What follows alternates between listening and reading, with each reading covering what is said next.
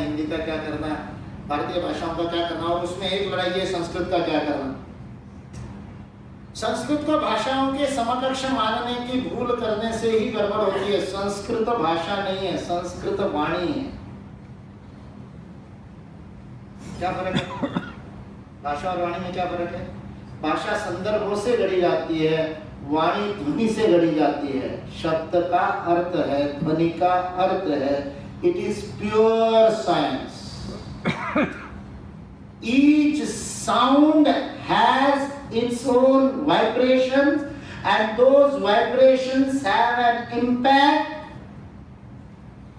उस ध्वनि के कंपनों से उत्पन्न होने वाले संस्कार को वाणी कहते हैं। That is the medium of communication। परा पश्यन्ति मध्यमा वैखरी, 4 प्रकार की वाणियां बताई उपनिषदों में।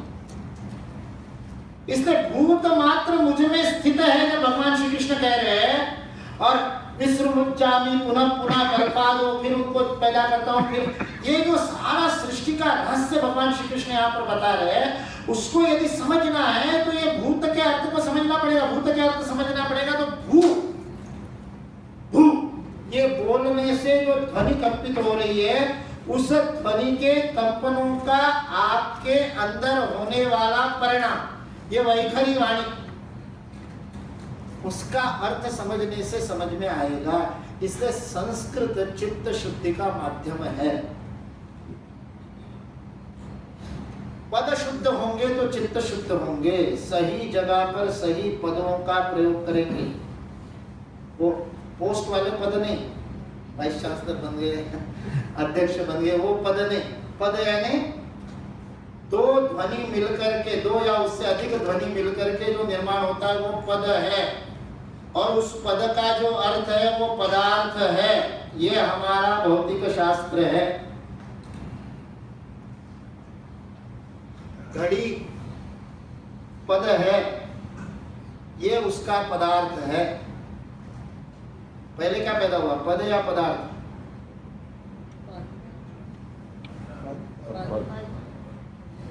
पहले पद पैदा हुआ, फिर पदार्थ ने जन्म लिया, क्योंकि पद के बिना कल्पना नहीं हो सकती और मन में कल्पना के बिना सृजन नहीं हो सकता। इसलिए सृजन की जो शक्ति मनुष्य के पास है वह ईश्वरीय है। राजविद्या मैंने दी है, नहीं तो कपड़े पहने नहीं बैठे होते। ईश्वर के निकट मनुष्य क्यों है? क्योंकि वो कल्पना करता है, कल्पना के आधार पर कर्म करता है, और कल्पना और कर्म को मिलाकर के सृजन करता है, क्रिएट करता है। You lose your creativity, you lose your humanness. यदि आप सृजनशील नहीं है तो आप मनुष्य है क्या? आसन की कल्पना की, फिर आसन की निर्मिति हुई। बैठ करके साधन करना है, पता है आत्मसंयम योगों में शिरोकाय क्रिया, सीधा रख के धारयन अचलन स्थिरम, ज्यादा ऊंचा नहीं ज्यादा नीचा नहीं, ऐसे स्थान पर बैठो। वह ऐसा कैसे बैठेंगे? तो उसके लिए आधार बना देते, लकड़ी काटो, करो आसन बनाओ।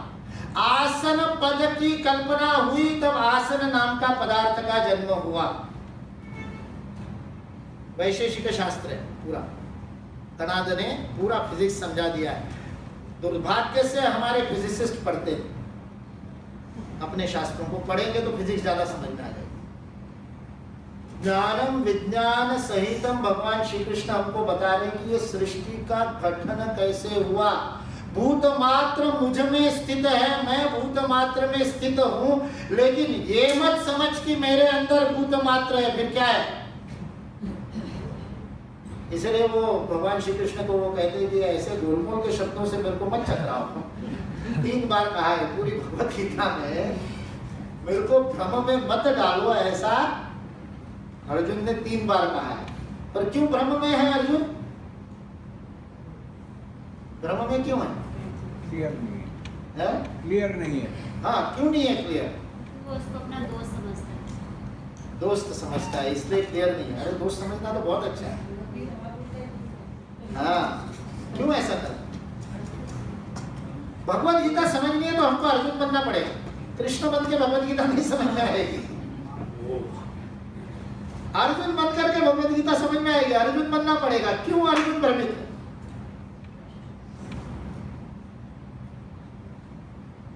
पता है, दूसरे अध्याय में बताया, रसवर्जम रसोप्यस्य परम दृष्ट्वा निवर्तते। एक ही उपाय है निवर्तन का।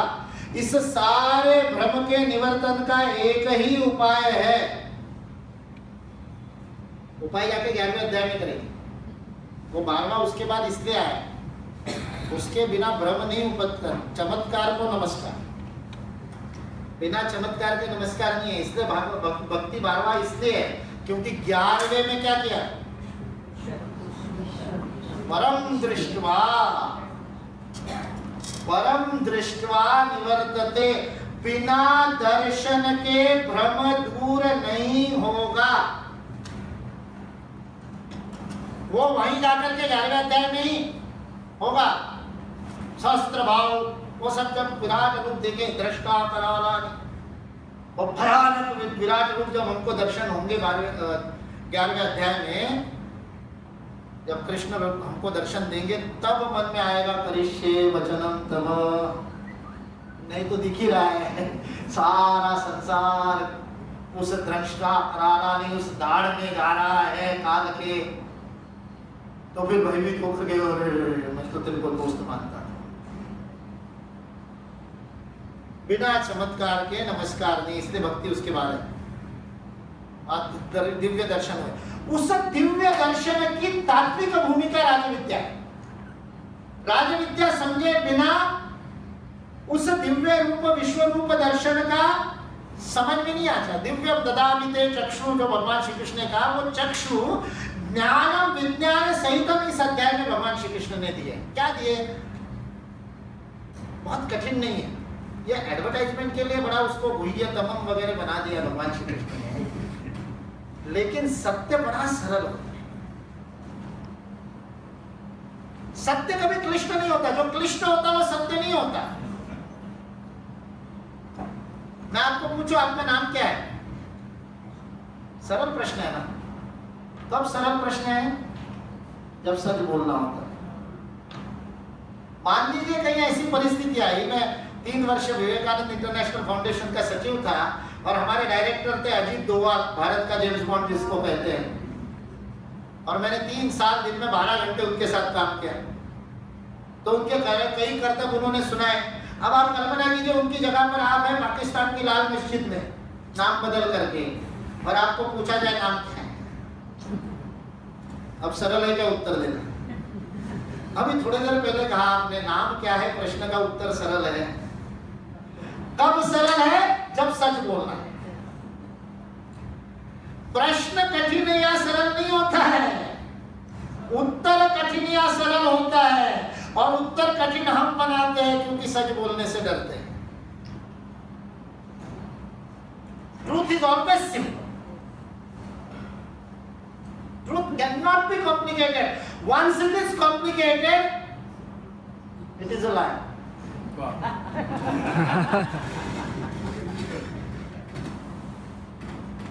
And we have created philosophies out of it. Because we cannot live the truth. That's why we create lies. हमारी क्रिएटिविटी सरलता की ओर ले जाए। इसलिए 16वें अध्याय में बताएंगे दैवी गुण संपद में सबसे अद्भुत जो मुझे लगता है वो है आर्जवम रुजुता। रुजुता यानी क्या? जिसमें कहीं मोड़ नहीं है, टेढ़ापन नहीं है, घुमाव नहीं है, सीधा सरल। हम कहते हैं ना बेचारा सरल है। सरल जो होता है वो आज की दुनिया में बेचारा होता है। लेकिन सरलता के बिना आनंद नहीं।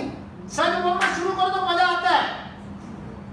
कोई पूछे मोबाइल पे कहां तक पहुंचे, जहां पहुंचे वही बताना शुरू करो, आनंद आता है। अगला चौराहा बता के कोई फायदा नहीं, सामने वाला एक माइनस करके ही सुनता है। हम जब अगला चौराहा बता तो उसको पता है वो पिछला लेते हैं। तो झूठ का फायदा क्या? when you are communicating the truth, why not say the truth? It's as simple. Life will become so simple. हम दूसरे को इतना पूरक समझते हैं कि झूठ उसके समझ में नहीं आएगा, और ये तब कि जब हमको दूसरे का समझ में आता है।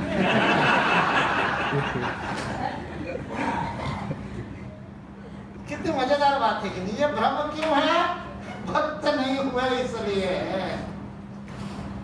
भक्त है इसलिए अर्जुन सत्य बोलता है, जहां गड़बड़ है वहां गड़बड़ बोलता है, जहां कठिन लगता है वहां कठिन बोलता है। इतनी बड़ी बड़ी बातें कह रहा है, लेकिन मन को कैसे कंट्रोल करूं? वायोरिव सुदुष्कर प्रमादिम बलवत् दृढ़, सीधे बता दिया, नाटकबाजी नहीं कि वो इतना बड़ा योद्धा, इतना धनुर्धारी, सव्यसाची, मैं कैसे बोलूं कि मेरा मन नियंत्रण में नहीं। नो, नो प्रिटेंस, दिखावा है नहीं। इसमें शिष्यस्ते हम शादिमाम त्वाम प्रपन्नम, वो दूसरे अध्याय का जो 7वां श्लोक है वो भगवद गीता की चाबी है, उसके बिना ताला नहीं खुलता। अर्जुन बने बिना कृष्ण नहीं समझ में आते, भगवद गीता नहीं समझ में आती। और अर्जुन यानी क्या? शिष्य हते हम शाधिमाम अहम त्वाम प्रपन्नम, मैं तुम्हारे सामने शरण हूं, मुझे बचा लो क्योंकि मैं तुम्हारा शिष्य हूं। इस भाव से कृष्ण को शरण जाओगे, राजविद्या खुल जाएगी, सरलता से खुल जाएगी, बहुत सरलता से खुल जाएगी। सृष्टि क्या है? What is life? जीवन आपके चारों तरफ दिखता है, एक शब्द में बताना है तो उसको कैसे बताएंगे? संस्कृत सीखा होता तो बहुत सरल होता। संस्कृत में डिक्शनरी में नहीं जाना पड़ता, शब्द को तोड़ो समझ में आ जाता है। संसार संसरति इति जगत परिवर्तते, इस अध्याय में बताया भगवान श्री कृष्ण ने। सतत परिवर्तित तो होता हुआ, सतत स्खलनशील, ever changing, change is the only constant, ये जगत है, इसलिए उसको संसार कहा। जगत क्यों कहा? उसका अर्थ अलग है। जागृति इति जगता, जो जागृत होता है वो जगत है, कुछ उसके अंदर है जो प्रकट हो रहा है, इसलिए जो दिख रहा है वो नहीं है जगत। It is only reflecting something else, it is basking in somebody else's glory. ये चंद्रमा है जो सूर्य के प्रकाश से आलोकित हो रहा है, इसलिए उसको जगत कहा। It is not real, that's why it is जगत। इसके अंदर कुछ प्रकाशित करने वाला है जिसको ये बाहर प्रकाश, इसलिए मैंने कहा ना संस्कृत भाषा नहीं है, संस्कृत साधना है। कोई एक पद पकड़ लो संस्कृत का और सारा, जैसे यहाँ माताएं बैठी है, आजकल की हमारी बहनों ने शायद नहीं अनुभव लिया हो, लेकिन माताओं ने जिन्होंने सिलाई की है, स्वेटर बुने हैं, उनको पता है स्वेटर खोलना कितना सरल होता है, बुनना बड़ा कठिन होता है। एक सीरा पकड़ लो तो सारा खुल जाता है। संस्कृत ऐसी भाषा है, एक सीरा पकड़ लो। जगत, जगत के अर्थ पर जगना यानी क्या? क्या जग रहा है, उस जगने वाले में हम कैसे जगे? जगने के लिए कौन से जुगनू बनना पड़ेगा? अरे जाते जाओ, पूरी साधना है, एक शब्द में पूरी साधना है। और यदि ये संसार है, सतत सरकने वाला है, तो आइंस्टाइन कहता है कि तुमको बदलाव तभी दिखेगा जब कुछ स्थिर होगा। कुछ स्थिर नहीं होगा तो बदलाव नहीं दिखेगा। यही तो लॉ ऑफ रिलेटिविटी यही है ना। समान स्पीड से, समान गति से चलने वाली दो रेलगाड़ियों में अलग अलग बैठे हो तो आपस में स्थिर हो। एक बोगी में बैठे, B1 में 16 नंबर पे मैं और 18 नंबर पे आप बैठे हैं, और गाड़ी जा रही राजधानी एक्सप्रेस 140 की स्पीड से। जगत भी परिवर्तन है, संसार धार धार धार धार धार धार दौड़ रहा है, लेकिन हम दोनों एक दूसरे के संदर्भ में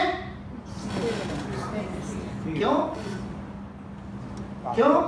क्योंकि दोनों के परिवर्तन की की गति एक है, दिशा भी एक है, केवल गति से काम नहीं चलेगा।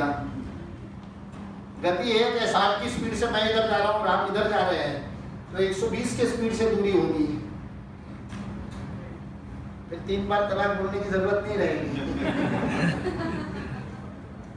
गड़बड़ गति या प्रगति की नहीं होती, दिशा की होती है। संबंध बिखरते हैं दिशा गड़बड़ होने से।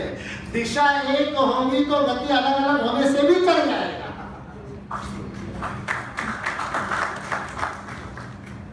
जगत भी परिवर्तते, सतत परिवर्तनशील ये संसार है, जगत है। What is life? Constant change, but change में तो मजा नहीं आता। क्यों मजा नहीं आता? क्योंकि आइंस्टाइन वाला सत्य हमको सबको पता है, आइंस्टाइन ने नहीं बताया होता तब भी पता है। क्योंकि इस सारे परिवर्तन को हम अनुभव इसलिए कर पा रहे हैं क्योंकि उसके पीछे कुछ ना कुछ एब्सोल्यूट, कांस्टेंट, अनचेंजेबल, अपरिवर्तनशील, ऐसा अविनाशी, अनिर्वचनीय कुछ ना कुछ है, अव्यय है। इसलिए परिवर्तन दिखाई देता। पर्दा नहीं होगा तो चित्र कहां दिखेगा? तो पर्दा क्या है?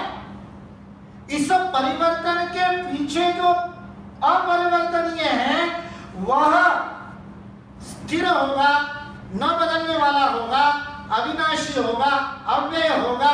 उसको खोजे बिना परिवर्तन का रहस्य नहीं समझ सकता। इसने कहा राजविद्या क्या है? पूरे इन 30 श्लोकों में राजविद्या वाला श्लोक कौन सा है? मयाध्यक्षेण प्रकृति। Understand this.